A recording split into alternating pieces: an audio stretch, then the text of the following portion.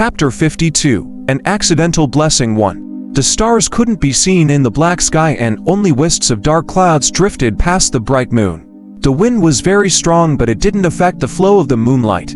The bright moonlight poured down like flowing water.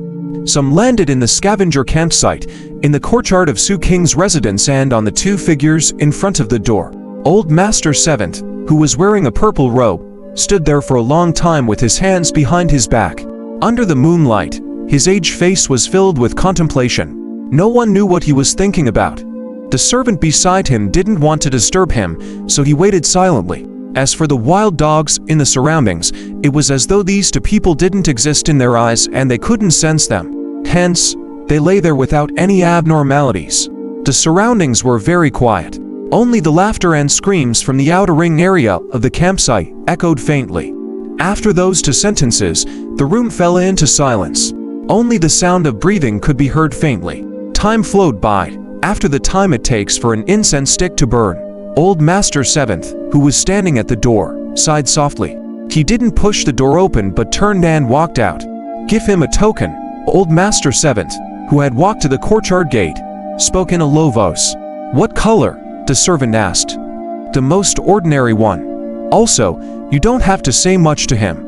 Old Master Seventh walked past the courtyard gate and gradually left. The servant's eyes narrowed as waves of emotions rose in his heart. During the time he had followed Old Master Seventh to the campsite, he had personally seen Old Master Seventh paying attention to that kid several times. After that, at Grandmother Bay's place, Old Master Seventh also went to greet him. All of this allowed him to know that this kid's opportunity had arrived. That was why he asked if he should give the other party a token last time. The token was the qualification to enter the Seven Blood Eyes. Only those who possessed the token could participate in the assessment. If they succeeded, they could enter the sect. As for the tokens, they were also divided into different colors. Purple was the highest, which meant that the new disciples were core disciples. Yellow was the middle, which meant that the new disciples were inner sect disciples. As for white, it was the most ordinary, and the new disciples were just ordinary disciples. According to the servant's feelings, Old Master Seventh would at least give him a yellow token. However, it was only white, and he even emphasized that there was no need to say more. Such an abnormal scene made him have no choice but to ponder. His heart couldn't help but race a few times.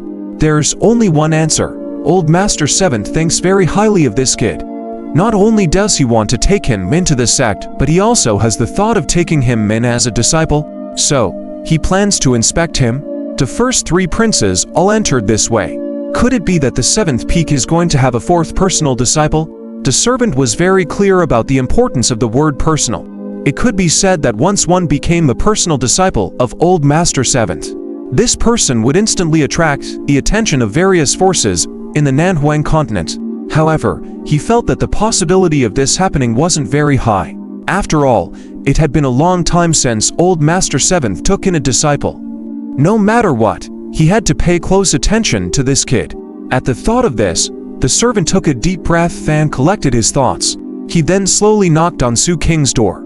The instant the thumping sounds entered the room, the breathing sounds in the room instantly disappeared. At the next moment, the corners of the servant's mouth curled into a smile.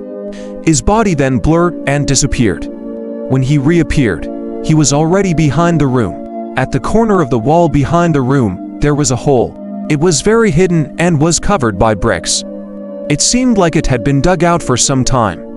At that moment, Xu Qing's figure darted out rapidly. Just as he was about to take a detour to observe the person who knocked on the door, his body suddenly stopped when the servant appeared. Xu Qing's eyes narrowed. His heart sank when he saw the figure who had suddenly appeared. The figure in front of him was a middle-aged man. He wore a gray robe and had an extremely ordinary face. The most eye-catching thing was the pentagonal pattern between his brows. This pattern was currently emitting a faint glow, and the surrounding moonlight was affected, causing it to distort. An even more intense sense of oppression followed. Xu Qing's breathing became slightly hurried, and he tightened his grip on the iron stick in his right hand. His left hand also grabbed a handful of poison powder without leaving a trace. The other party's appearance was too strange, and the oppression he felt from him far surpassed that of the older brother of the young girl he saw a few days ago. This was especially so when the other party's gaze caused all the flesh and blood in his body to tremble. It was as though he was shouting at himself, telling him that the person in front of him was extremely dangerous. This caused Xu Qing's vigilance to reach the extreme. Also, the trembling of his flesh wasn't just a signal of danger. At the same time, it's also told him that his body was prepared for all the next moves. Xu Qing had already simulated the dangers he would encounter in his residence several times in his mind. The most dangerous situation in his simulation was something that could make the wild dogs not bark, and he didn't sense it at all. At this moment, he narrowed his eyes and attempted to slowly retreat. "I have no ill intentions." The servant smiled as he looked at the child in front of him who had metaphorically transformed into a Volkut and could explode at any moment. Glancing at the hole in the wall behind Xu Qing, he could guess that this should be the escape route the kid had. Prepared to prevent himself from encountering danger in his residence. To be able to make such preparations early on and not panic when encountering a sudden change but wait for an opportunity to resist. No wonder Old Master 7 thinks highly of this kid. The scene of Xu Qing cutting Horseforce's neck and killing Fat Mountain appear in the servant's mind. A look of admiration appeared in his eyes as he took out a white token and tossed it toward Xu Qing. Xu Qing didn't catch it. He instantly leapt up and retreated. At the same time, he threw out a handful of poison powder. Two cold daggers within the poison powder whistled toward the servant.